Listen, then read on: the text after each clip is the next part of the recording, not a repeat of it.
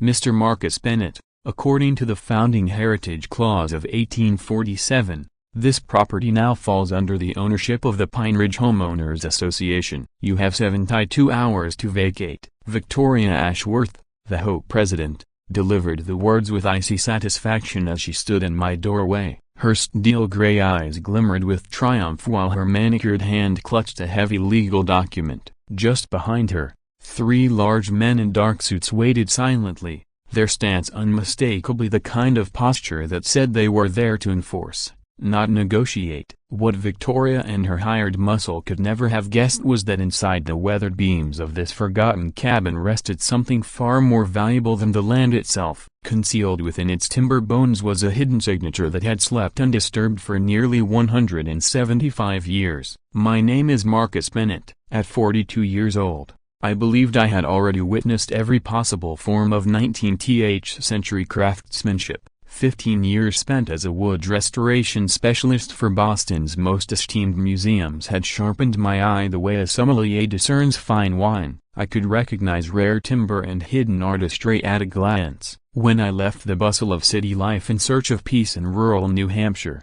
I never expected fate would hand me the discovery of a lifetime. That opportunity came during a small-town land auction in Pine Ridge, a lakeside community long forgotten by progress. In an effort to revive the area, the local government had been practically giving away abandoned properties. On that brisk October morning, most lots offered were unimpressive suburban parcels and neglected plots until the auctioneer announced Lot 47, a wooden cabin on Pine Ridge Lake, 2 acres, severe structural decay. Opening bid, $1. The crowd chuckled at the thought. To them, it was nothing but a pile of rotting wood. But where they saw ruins, I saw rare potential. The support beams were unmistakably American chestnut, a species nearly eradicated by blight in the early 1900s. The joinery revealed mortise and tenon techniques executed with precision that spoke of a master builder, not a casual handyman. Every angle, every joint whispered of devotion to the craft. 25 cents,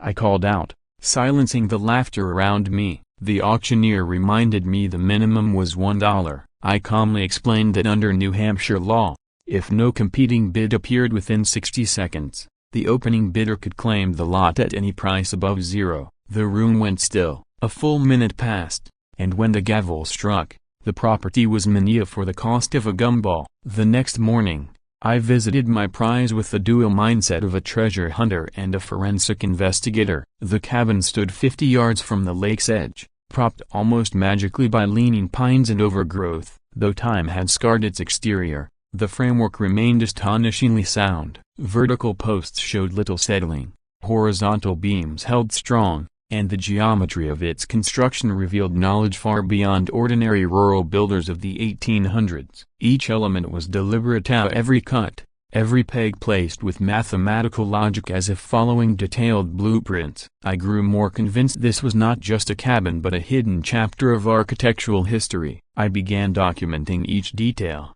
photographing and cataloging every joint like an archaeologist uncovering relics. By the third week of my work, I realized I was not alone. Through a shattered window, I spotted movement, a black BMW parked along the dirt road, its driver watching with binoculars, an older woman with immaculately styled silver hair and tailored clothing clearly out of place in the wilderness sped away the moment our eyes met. The car returned on multiple occasions, sometimes with others, always observing from a careful distance. Rather than confront her, I installed discreet security cameras, pretending to remain oblivious. My museum experience had taught me one lesson well: when strangers show unusual interest in an artifact, its value is far greater than anyone admits. Reviewing the footage later, I discovered she had visited 6 times in 3 weeks, sometimes alone, sometimes accompanied, always methodical. This was not idle curiosity, it was calculated investigation. Then came the discovery that changed everything. While clearing debris in the basement, I noticed tiny carvings etched into a main support beam. Barely visible to the naked eye, they revealed themselves under magnification as geometric patterns, botanical motifs, and celestial symbols carved with extraordinary precision. These weren't random scratches, they were hidden signatures, left intentionally and concealed for more than a century and a half. My pulse raced as I realized the truth. This was no ordinary cabin.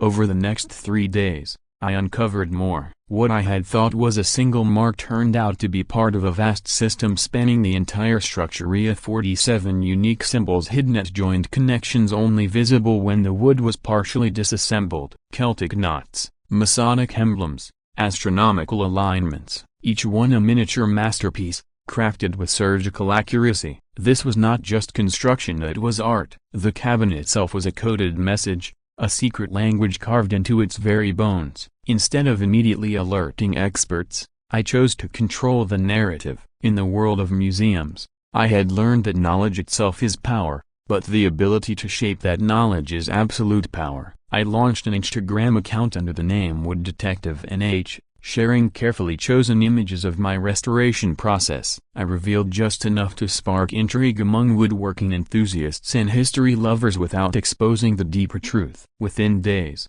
my posts began drawing genuine attention across New England. Only after establishing that foundation did I finally reach out to Dr. Eleanor Hartwell at the Smithsonian Institution. I reached out to the Smithsonian's Museum of American History and contacted Dr. Eleanor Hartwell, a trusted colleague from my years in Boston. Eleanor and I had worked together on multiple restoration projects, and her knowledge of 19th century craftsmanship was unmatched. When I sent her high-resolution photographs of a dozen of the carved symbols, her response was beyond anything I could have imagined. That night, close to midnight, she called me, her voice shaking with a level of excitement I'd never heard from her before. "Marcus, a broken bar, sit down. These markings are identical to the documented style of Elias Whitmore. He vanished completely after 1850. Until now, only fragments of his work have ever been identified and ever a complete structure. If your cabin truly is his, you're not looking at just a building, you're looking at a lost masterpiece of American folk art." Her words hit me like a physical blow. My voice was barely steady when I asked,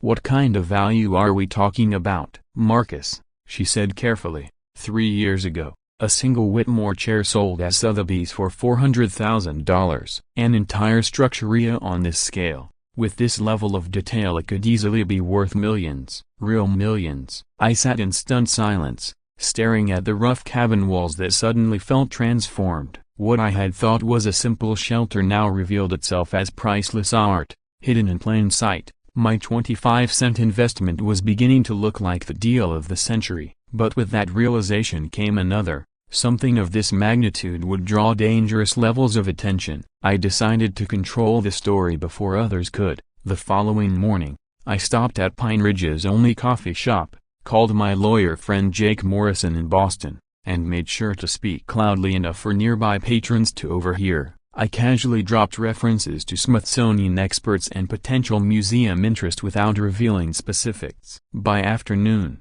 half the town was buzzing with rumors about the stranger who had bought the worthless cabin and discovered something extraordinary. Victoria Ashworth's counterstrike came quickly. Instead of approaching me directly, she called for a town meeting at the community center, painting herself as the guardian of Pine Ridge against outside exploitation. When I arrived, the hall was packed with residents. Victoria stood at the front in a navy blue suit, projecting authority with every syllable. "Friends and neighbors," she began, her tone solemn, "we must address a pressing concern. An outsider has acquired a historically significant property at an artificially low price and now intends to exploit our heritage for profit." I didn't wait to be accused. As she spoke, I calmly walked to the front of the room.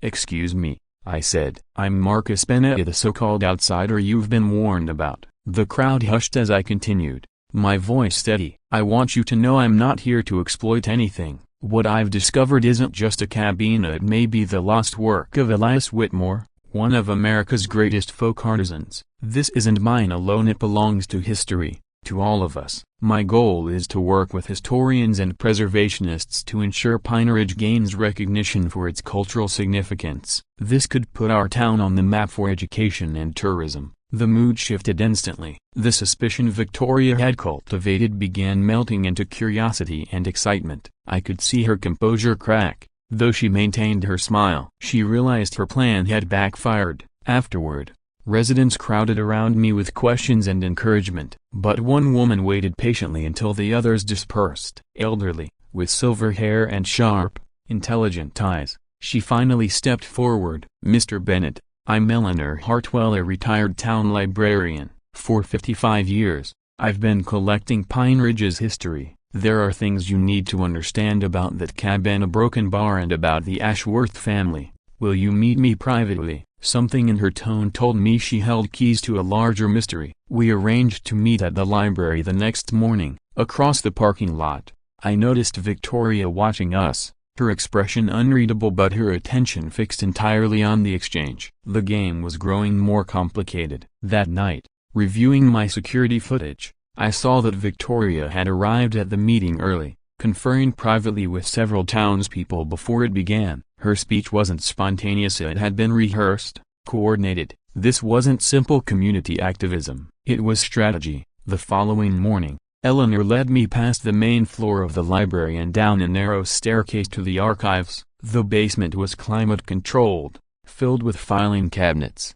boxes, and shelves of leather-bound volumes chronicling Pine Ridge's history since 1823. Moving through the room with the confidence of someone who had spent a lifetime among its secrets, Eleanor pulled a worn leather journal from a locked cabinet. "Elias Whitmore wasn't just a craftsman," she explained. "He saw himself as a visionary. He believed his ultimate masterpiece would outlast him, a structure that embodied the highest form of American folk architecture." She opened the journal carefully. The faded handwriting belonged to Thomas Ashworth, of Victoria's great-great-grandfather. The entries told a story of obsession, pride, and rejection that had echoed through the family for generations. November 15, 1849, final offer made to Whitmore at 10 times assessed value. The arrogant craftsman rejected it with insulting words that worthy ownership finds its own way. His cabin sits on prime land, perfect for resort development. November 30, 1849, Whitmore claims his work will speak for itself to future generations with the soul to see beauty hidden in decay. Such pretentious nonsense from a mere carpenter. Eleanor's voice carried both fascination and disgust as she read. It became clear that the Ashworth family's pursuit of the cabin wasn't about recent greed, it was a vendetta dating back over 170 years. Whitmore wasn't motivated by money, Eleanor said. He was creating something transcendent, something that tested whether future generations would recognize true artistry. She produced a small wooden box containing a letter in Whitmore's elegant script. "If you are reading these words, the house has found its rightful caretaker. True ownership cannot be proven with legal documents. It is written among the stars. Genuine art cannot be possessed, only protected and passed to worthy successors." Autumn, 1850. At first, the reference to the stars seemed metaphorical, but Eleanor's next revelation gave it startling weight. "The Ashworths have tried at least 6 times over nearly 2 centuries to reclaim this cabin," she said, showing me files of property deeds, letters, and legal documents. When Victoria formed the HOA in 1985, I suspected it was simply the latest move in their long campaign. She's using rules and enforcement mechanisms that her ancestors never had. The picture came into focus. This wasn't random greed triggered by my discovery, it was a family plan, crafted and refined over generations. Eleanor's research uncovered Thomas Ashworth's tactics, buying up neighboring properties under false names, drawing maps and surveys with the intention of controlling the entire eastern shore of Pine Ridge Lake for resort development. For the Ashworths, it wasn't just land, it was legacy. They had been playing a centuries-long chess game, and without realizing it, my 25-cent purchase had just upended their strategy. What I had once believed was just a personal land dispute suddenly carried the weight of history. The most unsettling moment came when Eleanor presented me with new records that exposed the true scale of Victoria's ambitions. Property filings showed that the Ashworth family had already gained controlling interest in a dozen lakefront parcels through a mixture of home intimidation, foreclosure purchases, and shell company acquisitions. "Marcus," Eleanor said, her voice steady, "Victoria isn't just after your cabin. She's enacting the last stage of Thomas's original blueprint of converting Pine Ridge Lake into an exclusive luxury retreat. Your land is the final piece she needs to dominate the entire eastern shoreline." In that instant, I realized this fight had grown far beyond my own cabin. It was about preserving the very character and future of the community. Eleanor's final revelation tied all the historical threads together, making Victoria's aggressive push suddenly crystal clear. "There's one more thing," Eleanor continued. "That line in Whitmore's letter about ownership written among the stars, it wasn't just poetic flair. Elias had a passion for astronomy and navigation. I believe he hid instructions within the cabin's design, a system for proving rightful ownership on his own terms rather than through conventional law." The idea that Whitmore might have concealed a celestial map or secret deed inside his creation added an entirely new layer of intrigue. As we prepared to leave the archives, Eleanor paused and asked, "Marcus, do you own a drone? We'll need to look at the cabin from above on a clear night." If Elias encoded star patterns into the architecture, they'd only reveal themselves from the sky. The thought electrified me, but as we stepped out of the library, I noticed a familiar black BMW idling across the street. Victoria Ashworth. She had been tracking us. The realization that she was watching meant she already suspected Eleanor and I were piecing together something that could unravel her plans. The chess match had just advanced to a far higher level. The following evening offered one of those flawless October nights New Hampshire is known for, the kind that lures amateur astronomers from across the region. Eleanor and I met at the cabin as dusk faded, her arms filled with antique star charts while I carried my drone equipment. The nearly full moon lit the roofline while still allowing constellations to shine. As I powered the drone upward, Eleanor spread her 19th century charts across the hood of my truck, her eyes gleaming with anticipation. At 50 meters, when the camera angled downward, we both gasped. From the ground the roof had always seemed like weathered shingles, but from above it was unmistakably deliberate, a complex mosaic of wooden slats casting patterned shadows, forming an intricate celestial design invisible from below. "This is no accident," Eleanor whispered. "Whitmore built the roof to be read from the sky, a disguised astronomical instrument." She compared the drone's image against her historical maps. Modern star charts showed nothing, but when she unrolled one dated to October 1850, calculated precisely for Pine Ridge Lake's coordinates, the alignment was perfect. The cabin's roof mirrored the constellation Ursa Major as it would have appeared that autumn night, its ridge pointing directly to the position of Polaris at the time. "He turned his home into a navigational device," Eleanor breathed. But there was more. The reconstructed Big Dipper pointed east across the lake. Following its guidance, we trekked through the woods until we stood before an immense oak tree, easily 3 centuries old, is certainly standing when Whitmore crafted his masterpiece. With a metal detector, we spent hours combing its roots until the device screamed at a spot a few feet from the trunk. Digging carefully, we unearthed an iron chest, wrapped in oiled leather that had preserved it for over 150 years. Back inside the cabin, under proper light, we opened it. Inside lay Elias Whitmore's original will, handwritten, dated October 20, 1850. The legal phrasing was meticulous, proof he had consulted an attorney despite his reputation as a humble craftsman. "I, Elias Whitmore, being of sound mind, leave my property to whoever has the soul and patience to find beauty hidden within decay. This house is the pinnacle of my life's work, each beam infused with creative spirit." The will did more than secure my claim, it carried a condition. The heir must dedicate half of the property's assessed value toward an arts education fund for local children, ensuring future generations would inherit the skills and spirit of craftsmanship. Whitmore hadn't just built a masterpiece, he had designed a legacy. While Eleanor and I celebrated, my phone rang. It was Jake Morrison, my attorney friend from Boston. His voice was somber. "Marcus, I should have told you sooner. My involvement isn't just professional. Victoria ruined my parents' lives and indirectly, my father's health." Jake recounted the story like a prosecutor laying out evidence. In 2018, his parents purchased a retirement home in a community under Victoria's management. Within months, they were bombarded with citations to paint the wrong shade of blue, flowers too tall, even displaying the flag too many days. Fines piled up to $45,000, wiping out their savings. When they couldn't pay, Victoria's company forced foreclosure. His parents lost everything. His father died months later, grief-stricken. "This isn't just about you, Marcus," Jake said firmly.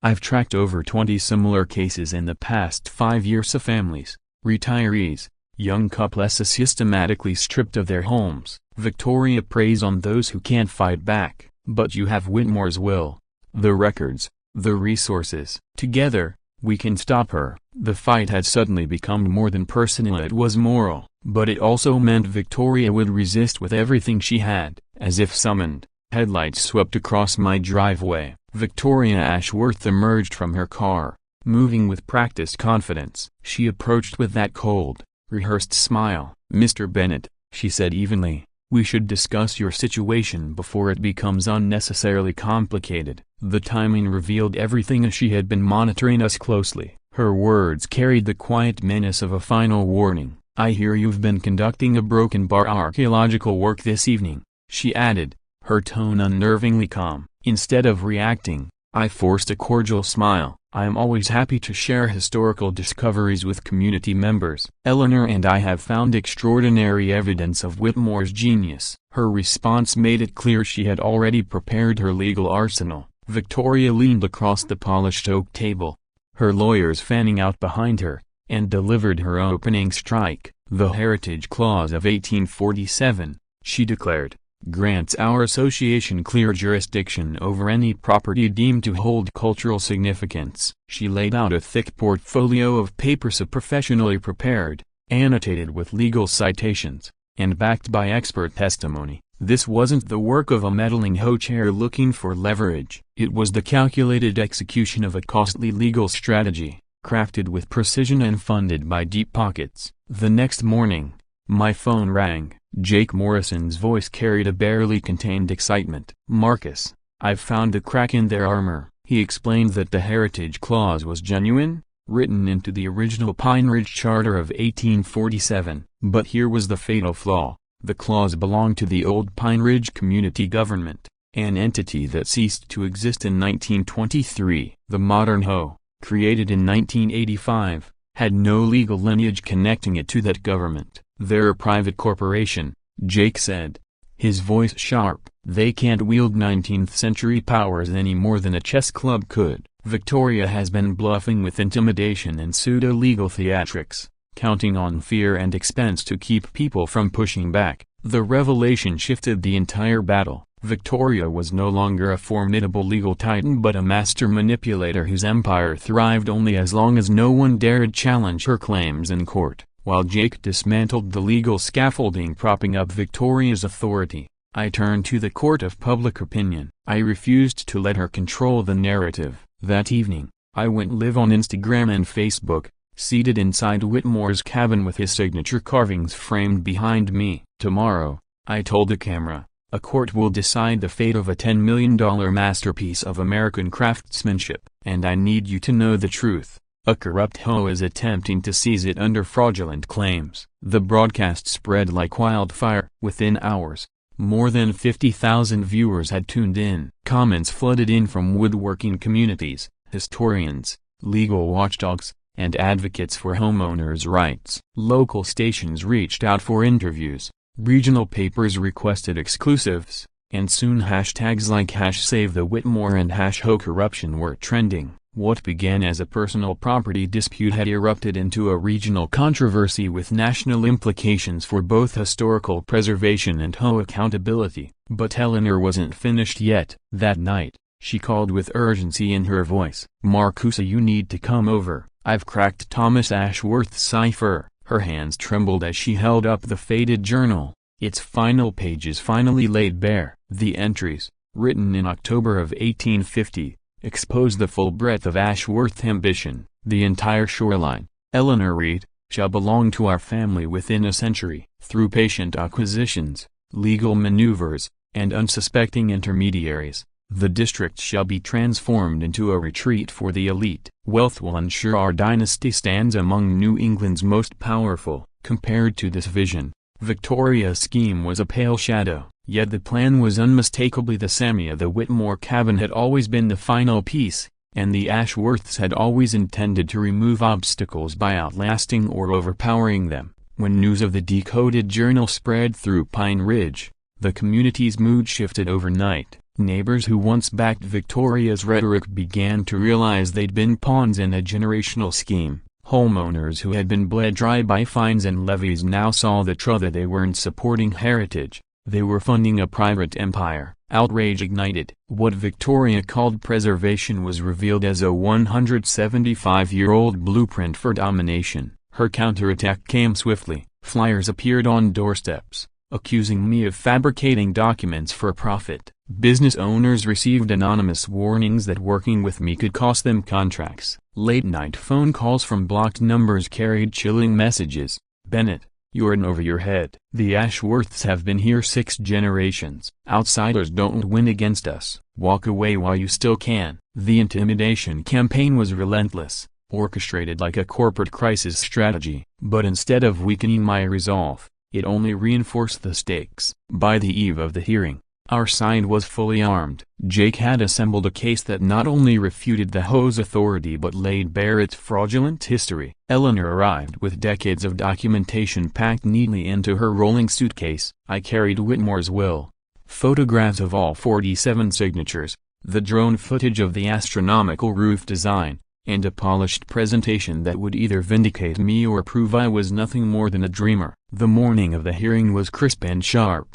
The kind of New England October day that could make a town hall seem both timeless and intimidating. By 9:30, the meeting chamber was overflowing. Reporters jostled for space beside residents, and television crews set up in the back, their red lights glowing. Phones streamed live feeds to hundreds more. Victoria entered with her legal phalanx of 5 attorneys, identical in their dark suits, armed with expensive leather portfolios. She radiated confidence, as though the media frenzy and community backlash were nothing but minor annoyances. Her lead attorney opened with a commanding voice, walking the room through a polished slideshow of statutes, precedents, and expert testimony. The message was clear.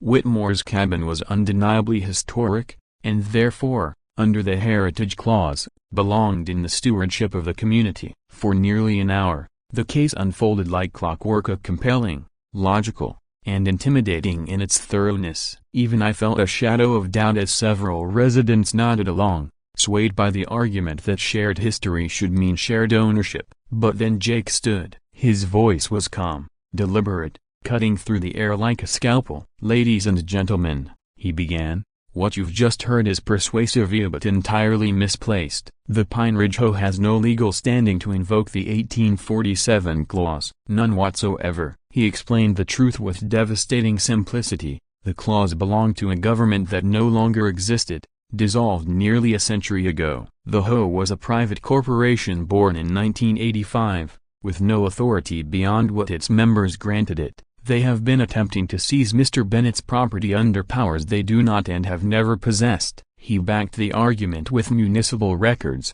incorporation papers, and legal precedents that made Victoria's strategy crumble before our eyes. And then it was my turn. I rose, steadying my breath, and addressed the board. "I'd like to show you not only what we've uncovered about this cabana but also the true intentions of its builder, Elias Whitmore, and the family who has sought to erase his legacy." The projector flickered to life, casting the drone footage of the roof onto the wall. Gasps rippled through the audience as the celestial pattern emerged, a star map that had hidden in plain sight for generations. Phones were raised, cameras clicked. The room was electrified. The unveiling of Whitmore's original will silenced the entire hearing room in an instant. Elias Whitmore hadn't merely left behind a remarkable piece of American folk art, he had crafted a legacy, a test of vision and patience designed to ensure that his creation would be inherited by someone capable of recognizing the beauty hidden beneath its worn and aging frame. I read aloud the most pivotal passage from his will.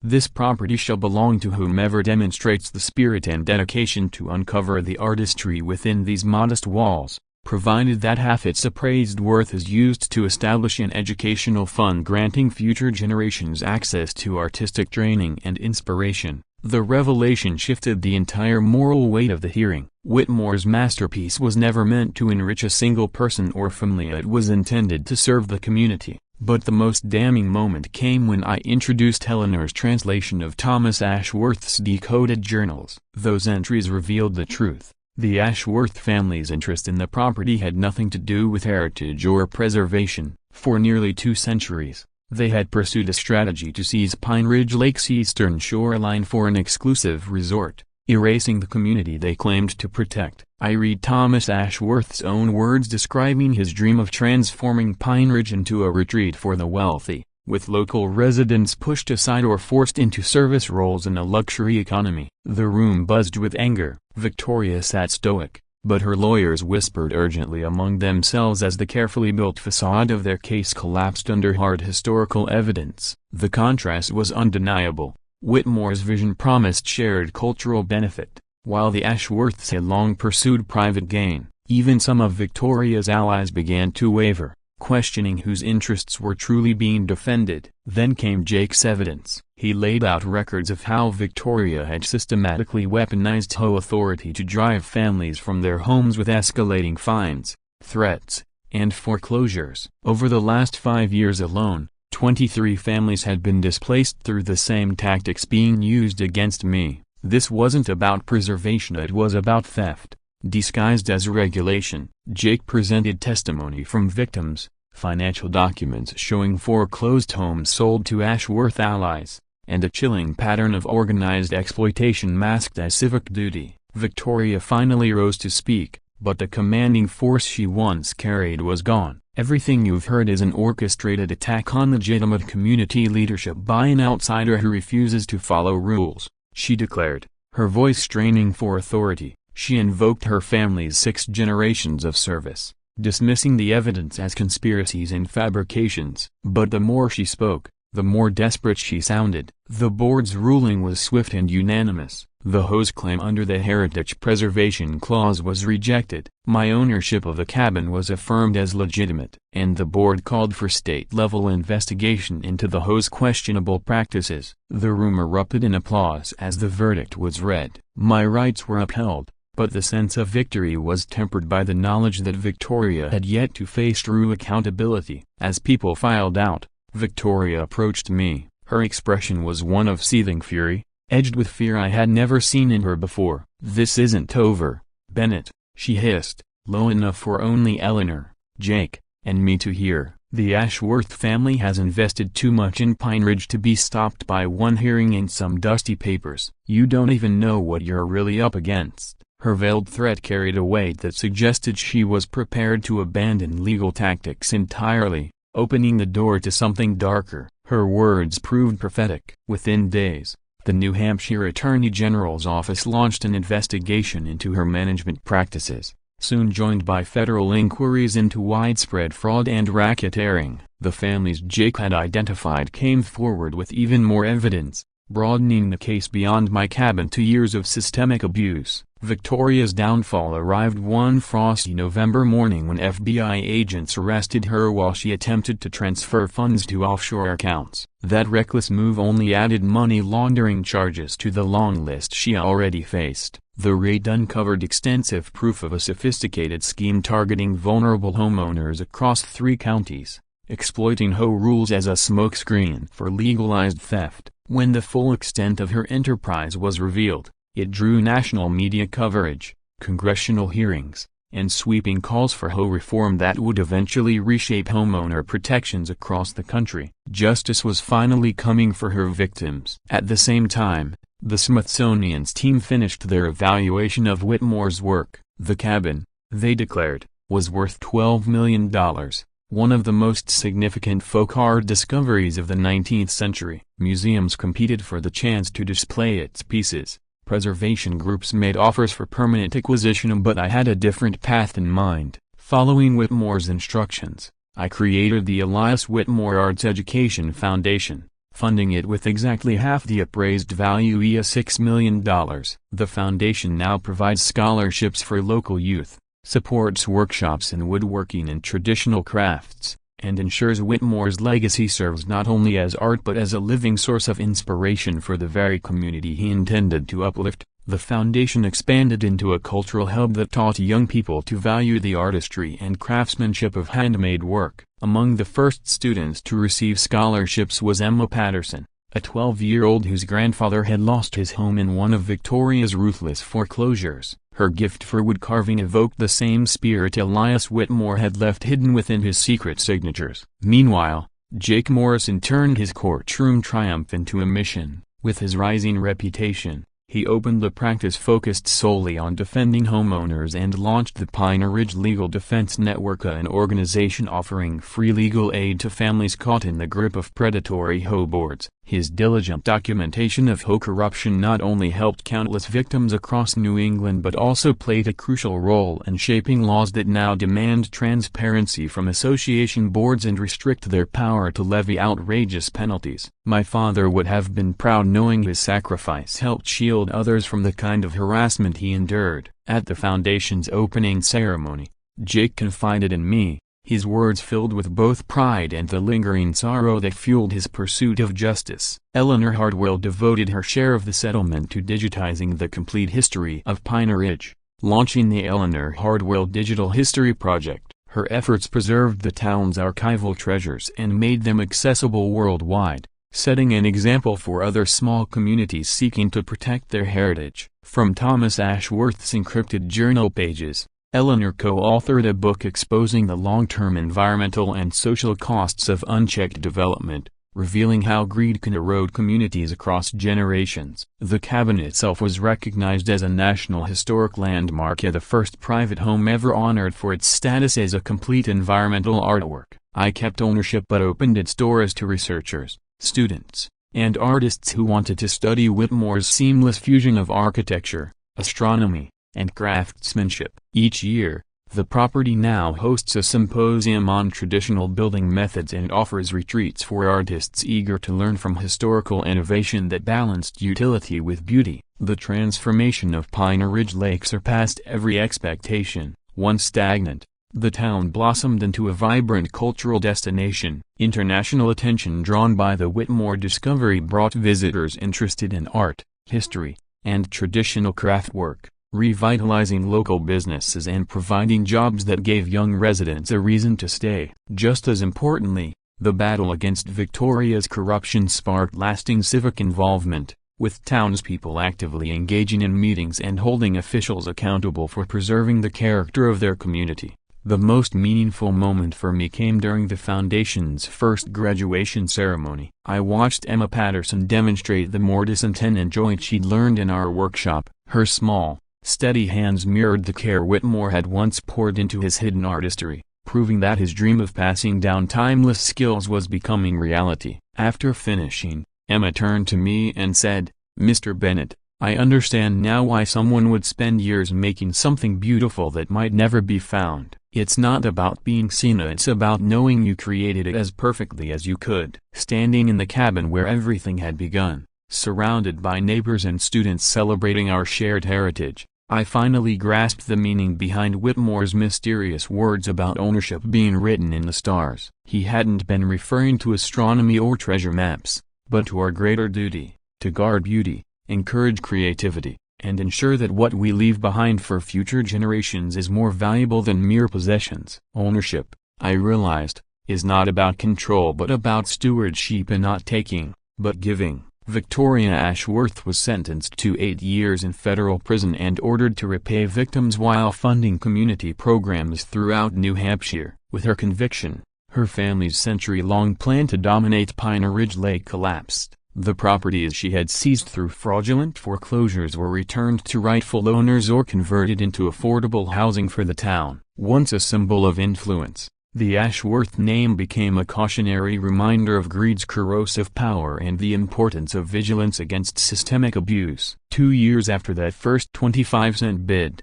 the cabin continues to reveal its secrets and inspire new generations of craftsmen and women who understand that the most lasting art is created not for applause, but for the joy of leaving behind something meaningful. Whitmore's masterpiece ultimately reached someone who would protect and share it, proving that patience, wisdom, and respect for true artistry can triumph over corruption, selfishness, and blind material ambition. If you've ever felt crushed by unfair HOA fines, arbitrary rules, or intimidation, know that you're not alone. Like Marcus, you have more rights than they'd like you to believe. HOAs often thrive on homeowners who don't know how to resist legally. Your home, your savings, and your peace of mind are worth defending. Don't let corrupt boards strip away what you've built. If this story shed light on your own struggles, hit like and subscribe to Ya Stories, where we share real accounts of ordinary people standing up to powerful bullies who thought they couldn't be stopped. This episode is dedicated to those still fighting to reclaim their homes and their peace of mind. Ya Stories and our team remain committed to challenging HOA abuse one story at a time.